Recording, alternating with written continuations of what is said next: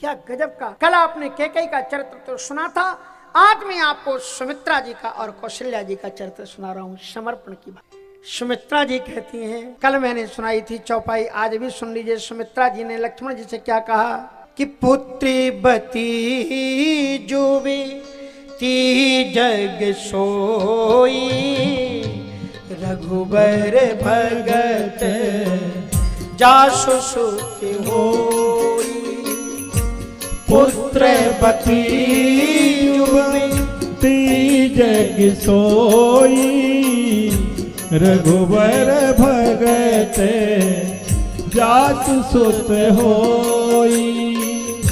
न तरे बांझे भली बांधे बियानी, न तरु बांझे भली बांधे बियानी, राम विमुख सुते ते हेतु जानी, राम विमुख सुते ते हित जानी।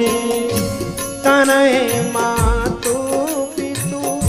हे लक्ष्मण, संसार में श्रेष्ठ नारी वही है जिसका पुत्र राम का अनुगामी हो, राम का भक्त हो। किसी संत ने लिखा है कि जननी जनयत संत जन, और कै दाता कै सूर, राम विमुख जन जन मुखे, व्रता गवावे नूर।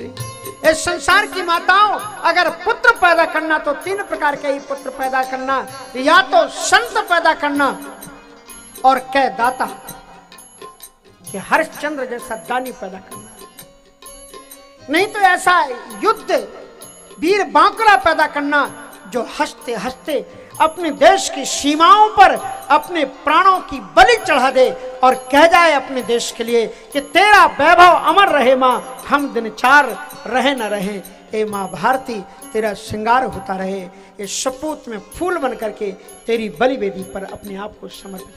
तो जननी जनय तो संत जन, और कै दाता कै सूर, राम विमुखे जन जन मुखे, वृथा गवावे नूर। राम से विमुख पुत्रों को पैदा करके अपनी तेजस्विता ओजस्विता को, युवावस्था को समाप्त मत करना। सुमित्रा जी ने कहा कि लक्ष्मण सावधान, एक बात का ध्यान रखना, जब तुम राम के साथ में वन में जाओ तो एक चीज का ध्यान रखना, ये आपको मैं बता देती हूं कि वहां पर ये सोचना कि मैं तुम्हारी मां नहीं हूं, हरदम ये ध्यान रखना वहां पर ये सोचना कि मैं तुम्हारी मां नहीं हूं, और मैं यहां ऐसे रहूंगी कि हरदम सोचती रहूंगी कि मैं लक्ष्मण की मां हूं। कहा कि मां ये कौन सी पहेली है कि मैं सोचूं कि तुम मेरी मां नहीं हो और तुम सोचो कि मैं लक्ष्मण की मां हूं। कहा हाँ लक्ष्मण, यदि तुम राम की सेवा में 14 वर्ष वनवास में रहोगे और यदि तुम मुझे मां मानोगे तो तुम्हारा बार बार मन मां को याद करेगा और तुम मेरे पास में तुम्हारा मन चलाएगा तो तुम्हारा मन लक्ष्य से भटक जाएगा। इसलिए तुम वहां पर सीता जी को मां मानोगे तो तुम्हारा मन वहीं पर रहेगा, और मैं यहाँ रह करके बार बार गौरव पूर्वक सोचूंगी कि मैं लक्ष्मण की मां हूं, और जब जब अपने लाडले लखन को मैं याद करूंगी और तुम राम के चरणों में बैठे रहोगे तो तुम्हारे वाहन में मेरा भी मन राम के चरणों में बैठ जाएगा, पहुंच जाएगा। इसलिए मैं तुम्हारी मां नहीं हूं लेकिन तुम मेरे बेटे हो।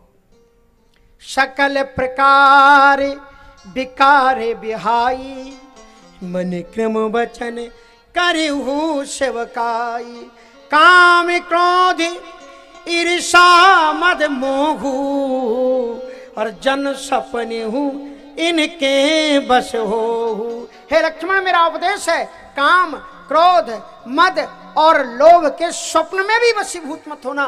कहा कि माँ ये आप क्या कह रही हैं? जागृत अवस्था में तो व्यक्ति ध्यान रख सकता है, लेकिन सोते में स्वप्न क्या दिखाई पड़े, क्या हम कंट्रोल कर सकते हैं स्वप्न पर? यह आज्ञा का पालन कैसे हो सकता है? बड़ा कठिन है।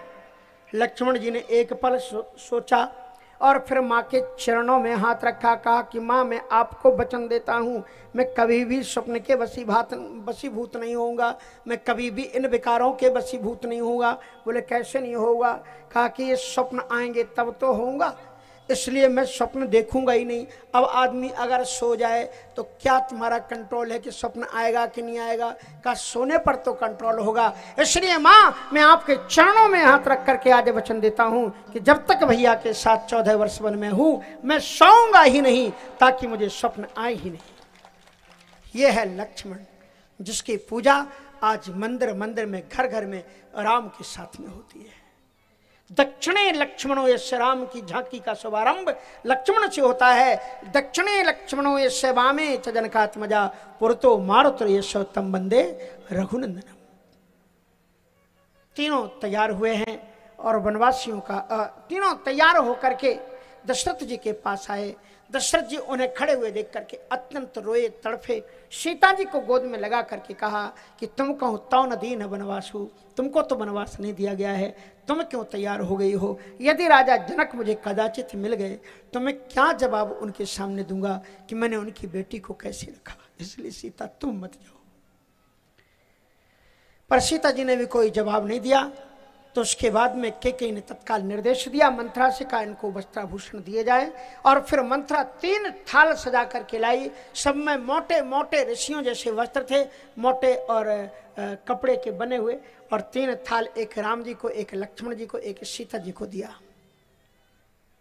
सैकड़ों हजारों नरनारी राजमहल को घेर करके खड़े हुए हैं और अंदर तक घड़ी हुई दासी दासियां आज बिलख तिलख करके रो रहे हैं। वशिष्ठ जी महाराज वहीं पर थे। वशिष्ठ जी महाराज से करुणा में दृश्य देखा नहीं गया। निकस वशिष्ठ द्वार भय ठाड़े, देखे विरह लोग दवदाड़े।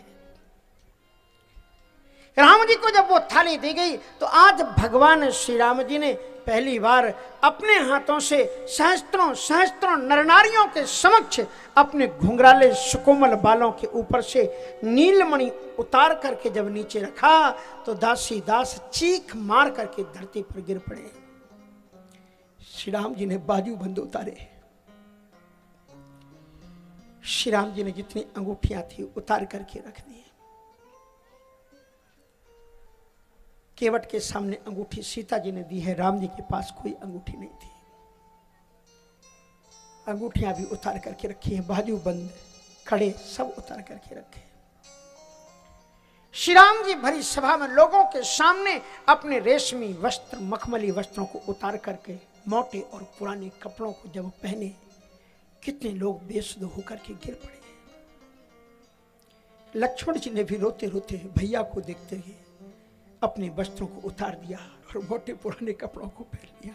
लेकिन सीता जी उस थाल को लेकर के राम जी के पास आई। कहा मुझे ये कपड़े पहनने नहीं आते हैं, मुझे मालूम नहीं है कपड़े कैसे पहने जाते हैं। राम जी ने कहा कि अपनी माँ के पास जाओ। कौशल्या जी के पास में जब गई वो तो कौशल्या जी तड़प उठी। रोते रोते अपनी सीता को हृदय से लगा करके कहा कि बेटा अभी मैंने ऋषि वेश देखा नहीं है, मैंने भी ये कपड़े पहने नहीं है। तुम्हारी गुरु माँ तुम्हें वस्त्र पहनाएगी। और अरुंधति जी ने देखी। और आपको मालूम है अरुंधति जी की इष्ट देवी थी सीता। एक बार जब राम का जन्म हुआ, चारों भाइयों का जन्मदिन एक दिन ही होता था। तीनों महारानी, सेवक, परिचारक सारे लोग गुरु वशिष्ठ जी के यहाँ ही जन्मोत्सव मनाने गए राम का। कौशल्या जी ने पूछा कि गुरु माता कहाँ है? कहाँ? वो अभी पूजन कर रही है, सुबह का टाइम। कौशल्या जी जब गुरु माता के पूजन कक्ष में पहुंची तो वहां एक देवी की इतनी कर लिया, लेकिन ये क्या तुमने आधा अधूरा श्रृंगार किया है? क्या तुम राजमहल के रहने वाले लोगों को यह बताना चाहती हो कि ऋषि पत्नियों को राज बधूटियों का श्रृंगार करना नहीं आता? अरुंधति जी ने कहा कि आपने बिल्कुल ठीक पहचाना है पतिदेव, श्रृंगार अधूरा है। अधूरा क्यों किया तुमने? कहा कि मैं जिस वक्त सीता का श्रृंगार कर रही थी उसी समय पर मेरे भवन में मेरी बड़ी दीदी प्रकट हो गई। बड़ी दीदी इनकी कौन है? अनसुईया जी। और अनसुईया जी ने, मेरी बड़ी दीदी ने मेरे हाथ को पकड़ लिया। कहा कि अरुंधति तुम बड़ी सौभाग्यशाली हो, सीता का श्रृंगार कर रही हो। अगर तुम ही श्रृंगार कर दोगी तो जब ये मेरी कुटिया में आएगी तो मैं क्या करूंगी? इसलिए आधा तुम कर लो और आधा सौभाग्य मेरे लिए छोड़ दो। इसलिए आधा मैंने दीदी जी के लिए छोड़ दिया है, आधा ही श्रृंगार किया है।